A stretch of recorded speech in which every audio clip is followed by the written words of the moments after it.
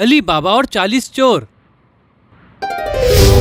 एक दफा का जिक्र है, एक फारसी शहर में एक कालीन बेचने वाला अपने 2 बेटे कसीम और अली बाबा के साथ रहता था। बाप की वफात के बाद लालची कसीम ने भोले भाले अली बाबा को तन्हा छोड़कर कारोबार पे कब्जा कर लिया।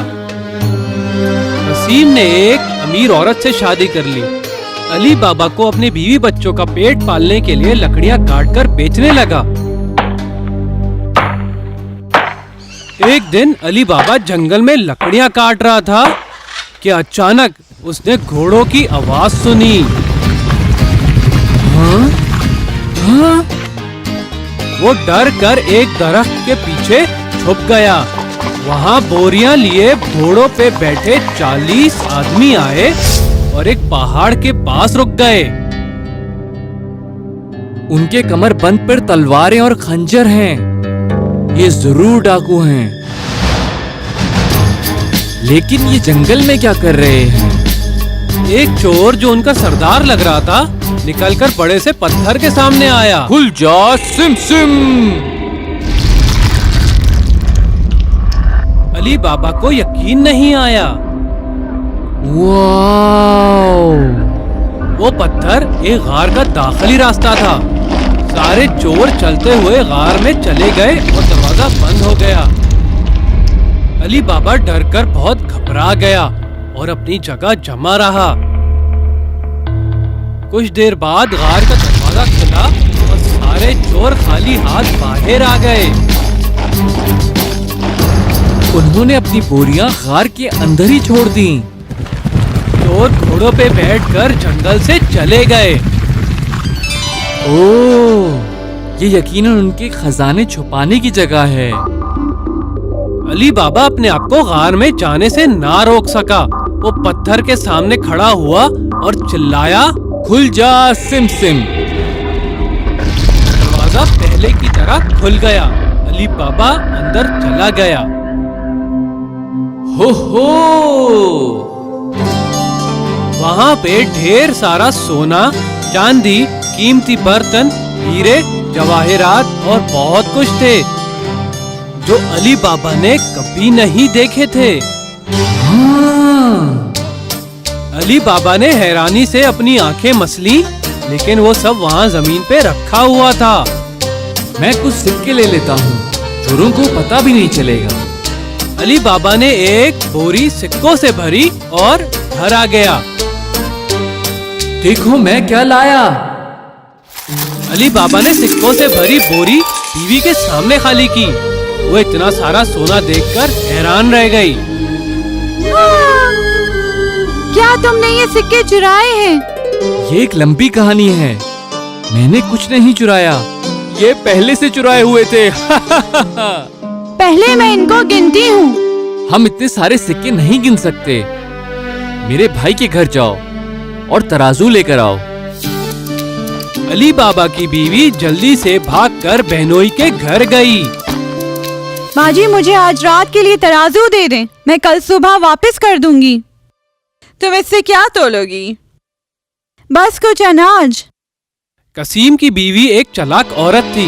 उसने सोचा अली बाबा के पास तोलने के लिए इतना अनाज नहीं हो सकता। उसने तराजू के नीचे मोम लगाकर अली बाबा की बीवी को दे दिया। अली बाबा की बीवी ने सोने के सिक्के तोले और उसकी तादाद से बहुत खुश हुई। हम अमीर हो गए, हम कुछ भी खरीद सकते हैं। इतनी जल्दी नहीं, लोग हम पे शक कर सकते हैं। हम अपना ये राज किसी को नहीं बता सकते। अली बाबा की बीवी ने अपना मुंह बंद रखने का इरादा कर लिया, लेकिन दूसरे ही दिन कसीम की बीवी ने तराजू देखकर राज के बारे में पता लगा लिया। उसने फौरन ही कसीम को उसके भाई की दौलत के बारे में बताया।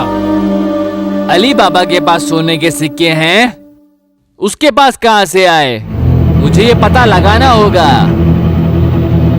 कसीम हसद के मारे सो नहीं सका और वो फौरन ही अली बाबा के घर पहुंच गया। अली मेरे भाई, कैसे हो? मैं ये पूछने के लिए आया था कि तुम्हें किसी चीज की जरूरत तो नहीं। कभी हिचकिचाना मत, जो भी जरूरत हो मांग लेना। तुम्हारा बड़ा भाई मदद के लिए हाजिर है। अरे भाई, मुझे खुशी है कि आप मेरा ख्याल करते हो, लेकिन मेरे पास अब काफी दौलत है, मुझे कुछ नहीं चाहिए। दौलत? बताओ इसके बारे में। मासूम अली बाबा सच्चाई अपने पेट में ना रख सका और उसने कसीम को चोरों और गार के बारे में सब कुछ बता दिया। जबरदस्त, मैं कल ही वहां जाऊंगा। आखिरकार तुम्हारे पैसे की जिम्मेदारी मेरी है, मुझे ख्याल रखना होगा। गार खोलने के लिए क्या बोलना पड़ता है? खुल जा सिम सिम, खुल जा सिम सिम, खुल जा सिम सिम। मैं याद रखूंगा, खुल जा सिम सिम। अगली सुबह कसीम सोना उठाकर लाने के लिए अपने साथ घर से 4 खच्चर लेकर गया। मैं तो अमीरों से भी अमीर हो जाऊंगा। वो गार के पास पहुंचा और चिल्लाया, खुल जा सिम सिम। और दरवाजा खुला और उसके पीछे बंद हो गया। जबरदस्त, हैरत अंगेज, इतना सारा सोना, इतने जवाहिरात, मैं यहाँ से सब कुछ ले जाऊंगा। कसीम ने सारे सिक्के और जवाहिरात बोरियों में भर लिए, लेकिन जैसे ही वो दरवाजे के पास आया, वो वहाँ सोचने लगा। वो अल्फाज क्या थे?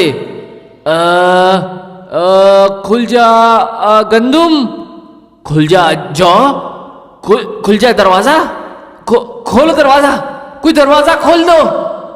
कसीम खुशी के मारे पासवर्ड भूल गया और गार के अंदर बंद हो गया।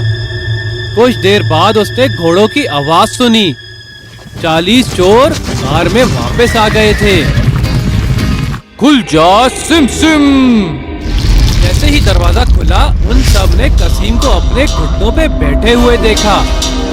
सरदार ने बगैर कोई सवाल पूछे अपने खंजर से उसे मार दिया और उसकी लाश अंदर ही छोड़ दी। कसीम की बीवी ने अली बाबा को कसीम के लापता होने की खबर सुनाई। वो गार गया होगा, मैं जाकर उसे ढूंढ लाता हूँ। अली बाबा गार के अंदर गया और उसने कसीम की लाश देखी।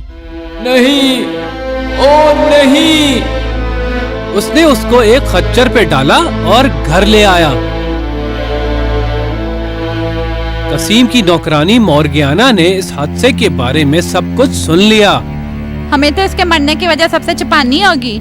मैं डॉक्टर के पास से इनके लिए कुछ दवाइयाँ लेकर आती हूँ, ताकि हम ये जाहिर कर सकें कि ये बीमार हैं, और फिर कल सुबह हम ये ऐलान कर देंगे कि ये इंतकाल कर गए हैं। हर किसी ने उसके मंसूबे से इत्तेफाक किया। कुछ दिन गुजरने के बाद कसीम की बीवी ये सदमा बर्दाश्त न कर सकी और इंतकाल कर अब गई। मैं किसकी खिदमत करूँ? आप मुझे अपने घर में काम के लिए रख लें। अली बाबा को अंदाजा था कि वो एक चालाक लड़की है और मुस्तकबिल में काम आ सकती है, इसलिए वो मोर्गियाना को अपने घर ले आया। अगले दिन चोर गार में वापस आए। लाश कहाँ है? कोई तो है जिसे राज के बारे में पता चल गया है। ये दौलत हमने बड़ी मुश्किलों से जिंदगी में जमा की है। इससे पहले कि चली जाए, हमें अपने दुश्मनों के बारे में पता लगाना होगा। गांव में जाओ और पता लगाओ कि हाल में किसकी मौत हुई है। सारे चोर उस शख्स का पता लगाने के लिए गांव में फैल गए।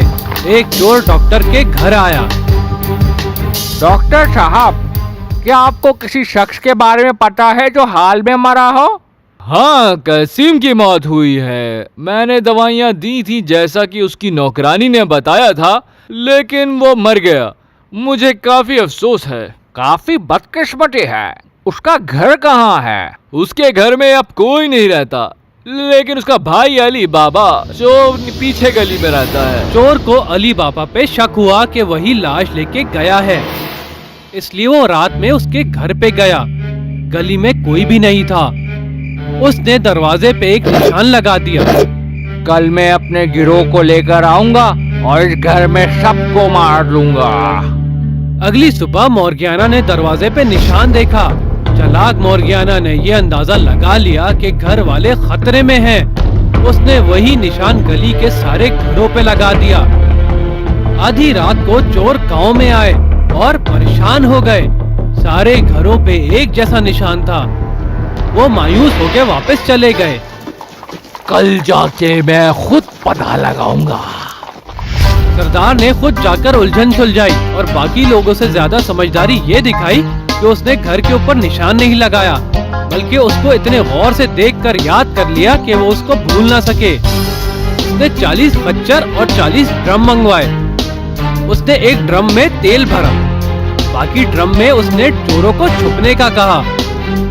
सरदार ने तेल के सौदागर का भेष बदल लिया और अली बाबा के घर गया। आपको किससे मिलना है? मैं एक तेल बेचने वाला सौदागर हूँ और सफर के लिए एशिया जा रहा हूँ। रात का वक्त है, मुझे बस रात गुजारने के लिए एक छत की तलाश है। ये तो काफी लंबा सफर है, अंदर आ जाओ और आराम कर लो। पहले तुम मुझे अपने ड्रम दिखाओ। ओ क्यों नहीं, जरूर। तुम जैसी खूबसूरत लड़की को तो अपनी हिफाजत का ख्याल रखना चाहिए। मोर्गियाना ने खुशकिस्मती से ऑयल से भरा हुआ ड्रम ही खोला। उसको यकीन आ गया, सरदार को सुकून हो गया। फिर वो सब अंदर आ गए। मोर्गियाना ने रात में मजेदार खाना बनाया। उसने खाना लगाया और सौदागर की उंगली में एक अंगूठी देखी। उसको ये अंदाजा हो गया कि ऐसी ही अंगूठी अली बाबा खजाने के साथ लाया था। उसको दोबारा शक हुआ। वो आराम से ड्रम के पास गई और हल्के से खटखटाया। सरदार, हम बाहर आ जाएं? मोर्गियाना को सारा माजरा समझ में आ गया। उसने सारे ड्रम देखे और सब में चोर को अंदर पाया। उसने तेल से भरा हुआ ड्रम लिया और एक बड़ी सी देग पे गरम किया। फिर उसने हर ड्रम में एक जग भर कर ऑयल डाला।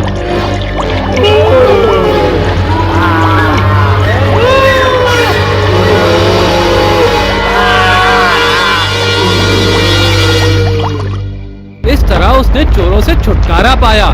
रात के वक्त जब सरदार बाहर आके साथी चोरों को बुलाने के लिए आया, जैसे ही उसने ड्रम खोला, वो हैरान और शान रह गया। वो अपने ही जाल में फंस गया था। वो डर के मारे वहाँ से भाग गया। अगले दिन मोर्गियाना ने ये किस्सा अली बाबा को सुनाया। तुमने मेरी जान बचाई है, मैं तुम्हारा बहुत शुक्रगुजार हूँ। आज से तुम इस घर की फर्द हो, नौकरानी नहीं। बहुत शुक्रिया हुजूर। वो एक घराने की तरह हंसी खुशी रहने लगे। अली बाबा वो वाहिद शख्स था जिसको गार के राज के बारे में पता था। खुल जा सिमसिम।